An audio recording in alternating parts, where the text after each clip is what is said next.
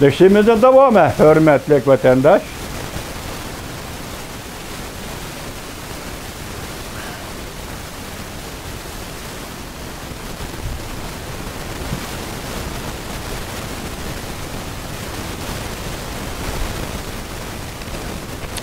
İkinchilik siyamiz unda mavzu. Birleşken Devletler Teşkilatı katibi Guterres barliq Uyg'urlarni nazarbanddan turmadan qo'yib berishga chaqiriq. Mavzuli xabar 9-oyning 1-kuni Tayvan markazi agentligi tarafidan e'lon qilindi. Xabar bunday başlandı. Birleşken Devletler Teşkilatı UN bir parça dokulat e'lon qildi.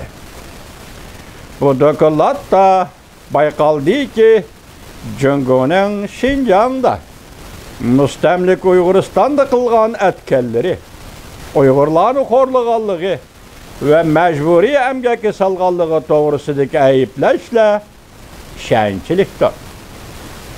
Birleşken Devletler Teşkilatı'nın katibi Antonio Guterres bugün Jungo hükümetine geçirinler. Dokulatdagi takliflarga asoslanib ish qilishini chaqiriq qildi. Fransiya agentligi xabar qilib bunda ko'rsatdi.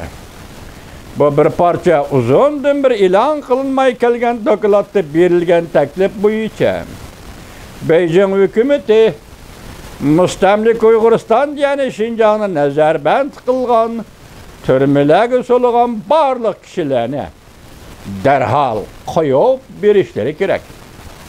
O'xshashli Birleşken Devletler Teşkilatı katibi Guterres Jungo hükümeti Uyg'urlarni kamsitadigan barliq qonunlarini, siyosatlarini ve haddi hareketlerini derhal bekor qilish to'g'risida taklif etdi.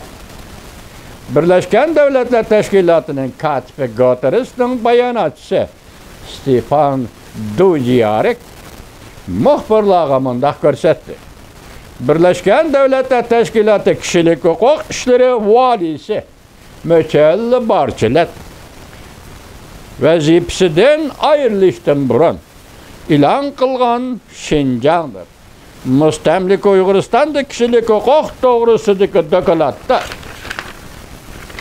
Birleşken Devletler Teşkilatı katibi Guterres'ning Xinjiang to'g'risida uzundan beri so'zlab kelayotganligini, ya'ni kishilik huquq va Uyg'urlar hurmatga sazovor bo'lishi kerak deganligini dalilladi.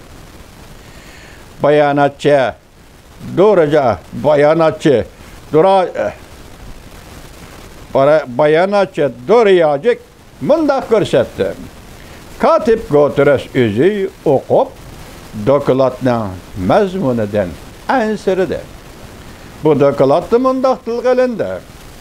Jungo'ning Xinjiangda mustamlik Uyg'uristonda bir ayında Uyg'urlar va boshqa musulmonlarni xohlagancha kamsitib qo'lga olganligini, insoniyatga qarshi jinoyat sodir qilganlikdir.